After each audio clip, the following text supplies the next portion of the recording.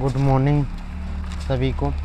तो आज हम लोग क्लास 9th का 7.2 का पार्ट 2 करने वाले हैं। ठीक है, पार्ट 1 में 2 क्वेश्चन हो चुका है और ये पार्ट 2 है जिसमें 2 क्वेश्चन होगा, क्योंकि ज़्यादा बड़ा वीडियो ना बने और बोरियत भी ना लगे, इसके लिए छोटे छोटे टर्म में हम लोग पूरा चैप्टर को कवर करेंगे। तो देखो क्वेश्चन नंबर 3 क्या है कि ABC एक समद्विबाहु त्रिभुज है। ठीक है, यहाँ पे दिया हुआ है आकृति, इसमें देख सकते हो आप, यही आकृति है। समद्विबाहु त्रिभुज है जिसके बराबर भुजा AC BC पर क्रमशः शीर्ष लंब है, शीर्ष लंब B, लंब जहाँ भी रहे तो वहाँ समझ लेना कि 90 डिग्री दिया हुआ है। BE और CF दिए गए हैं, दर्शाए कि ये शीर्ष लंब बराबर है। तो चलो सबसे पहले यहाँ पे जो फोटो दिया हुआ आकृति दिया है वो बना लेते हैं। ABC ये दोनों भुजा क्या है, बराबर दिया हुआ है। और यहाँ पे क्या दिया है, शीर्ष लंब BE, ये शीर्ष लंब दिया हुआ है BE, यानी इधर भी 90 डिग्री इधर भी 90 डिग्री। दूसरा हमें क्या दिया है, CF, तो यहाँ से CF ये भी लंब है, तो इधर भी 90 डिग्री इधर भी 90 डिग्री होगा। तो दर्शाइए कि शीर्ष लंब बराबर है। तो हमें सिद्ध क्या करना है कि ये जो शीर्ष लंब है, ठीक है, शीर्ष लंब क्या है, BF और CF बराबर है। तो क्वेश्चन नंबर 3 है, आप नोट कर सकते हो। चलो यहाँ पे हमें क्या सिद्ध करना है, सिद्ध करना है, क्या सिद्ध करना है, तो सिंपली याद रखना है कि CF बराबर हमें BE दिखाना है। तो दिया हुआ क्या क्या चीज़ है, तो दिया है ABC एक समद्विबाहु त्रिभुज है। समद्विबाहु त्रिभुज होने के कारण हमारे पास AB बराबर BC दिया हुआ है, और शीर्ष लंब होने के कारण, और क्या है, शीर्ष लंब दिया हुआ है, यानी EF क्या लिखेंगे कि BE और CF शीर्ष लंब है। और क्या दिया है, BF तथा BE और CF है, यहाँ BE तथा CF शीर्ष लंब है, शीर्ष लंब है, ये दिया हुआ है। ठीक है, अब हम हल करते हैं। हमें दिखाना क्या है, CF बराबर BE। तो क्वेश्चन को कैसे सॉल्व करें, ये मन में सवाल आता होगा। तो देखो यहीं पे देख लेना, CF और BE, तो इधर से देखो CF कहाँ है, यहाँ पे, BE यहाँ पे है। तो हमें कौन त्रिभुज लेना पड़ेगा, तो इधर से हम लोग लेते हैं, तो एक त्रिभुज ये बनता है कि नहीं, और इधर से एक त्रिभुज ये बनता है, आपको दिख रहा होगा, ये बन रहा है 2 त्रिभुज। अगर हम नाम लिख दें तो इधर से जो त्रिभुज बना, तो ऐसे करके इसका नाम हम लोग क्या लिख सकते हैं, BEA। यहाँ पे A है, यहाँ पे B है, यहाँ पे E है, और ये दिया हुआ है 90 डिग्री, है कि नहीं। देख लो यहाँ पे ये भी 90 डिग्री है, तो इधर क्या होगा, 90 डिग्री। अब और एक त्रिभुज क्या ले रहे हैं, तो देखो यहाँ से ये गया है, तो यहाँ से एक छोटा सा त्रिभुज आपको दिखा रहे हैं रफ में। ये तो हम डायरेक्ट भी बना सकते थे, तो इसलिए दिखा क्यों रहे हैं, क्योंकि आसानी से कैसे बनाया जाता है वो सीख लो। तो देखो यहाँ पे सिंपली हमें क्या लिखना है, देखो यहाँ C हो जाएगा, यहाँ पे F हो जाएगा, और यहाँ पे A हो जाएगा। F तो 90 डिग्री दिया हुआ है, यहाँ पे क्या दिया है, AC बराबर AB, ये भी दिया हुआ है, और कौन A और A दोनों में दिया हुआ है। तो हमारे पास क्या ऑप्शन है कि A और एक कोण और एक कोण, एक भुजा बराबर है, तो A ऐसे लगेगा, यह तो पक्का हो गया। और CP CD से हमें क्या दिखा देना है कि ये और ये दोनों बराबर है। तो यहाँ समझ में आया क्लियर कि क्वेश्चन कैसे बनाया जाता है, तो यहीं से बनाएंगे। इसलिए हम लोग ये रफ वाला जो है इसको मिटा देंगे। अगर आपको लिखने का मन हो तो आप लिख सकते हो, स्क्रीनशॉट लेके रख सकते हो।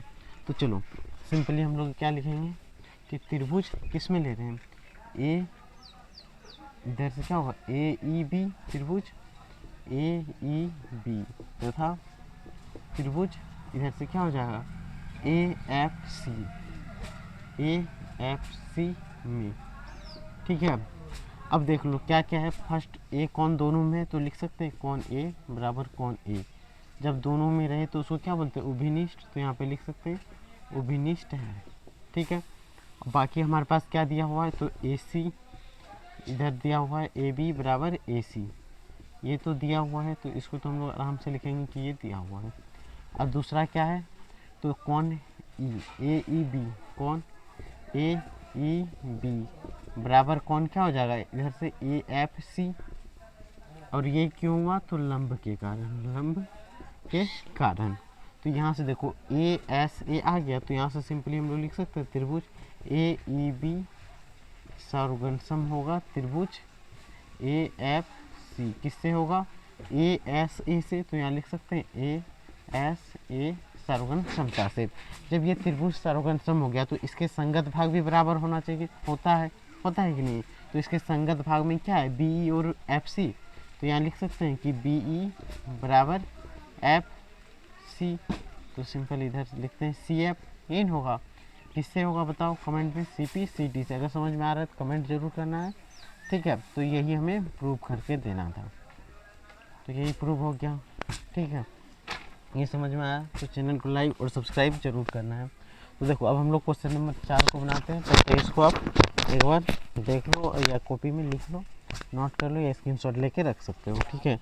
अब हम लोग शुरू करते हैं क्वेश्चन नंबर 4 को।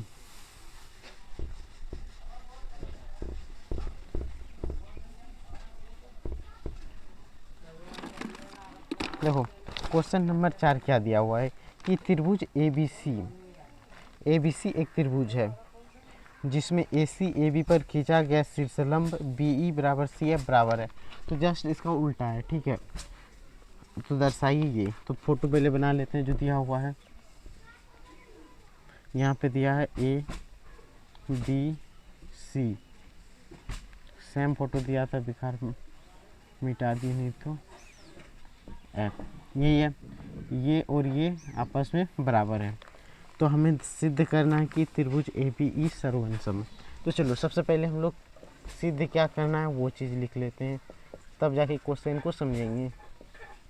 सिद्ध करना है, क्या क्या सिद्ध करना है एक नंबर में?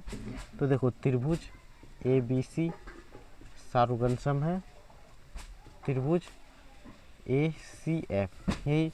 और दूसरा नंबर सिद्ध करना है ए बी बराबर ए सी ओ, अर्थात त्रिभुज ए बी सी समद्विबाहु। तो देखो सिंपली हमें क्या क्या सिद्ध करना है? त्रिभुज ए बी सी बराबर ए सी एफ है, ठीक है? तो यहाँ पे दिया हुआ ये लंब तो दिया हुआ है, ठीक है? ये कोण दोनों में दिया हुआ है, तो आसानी से आप सॉल्व कर सकते हो। तो चलो यहाँ से हल करते हैं। तो सिंपल क्या लिखेंगे? जो अगला बार में क्वेश्चन में लिखे थे जस्ट उसका उल्टा है। अगर एक नंबर 3 अगर आपको समझ में आ गया होगा, 4 में कुछ समझाने का है ही नहीं, ठीक है? तो देखो हम लोग क्या लिखेंगे? सिंपली यहाँ से ले लेते हैं एक त्रिभुज ए एफ सी। तो यहाँ लिखेंगे त्रिभुज ए एफ सी तथा त्रिभुज इधर से क्या ले लेंगे बताओ आप? ए ई बी लेंगे, ठीक है?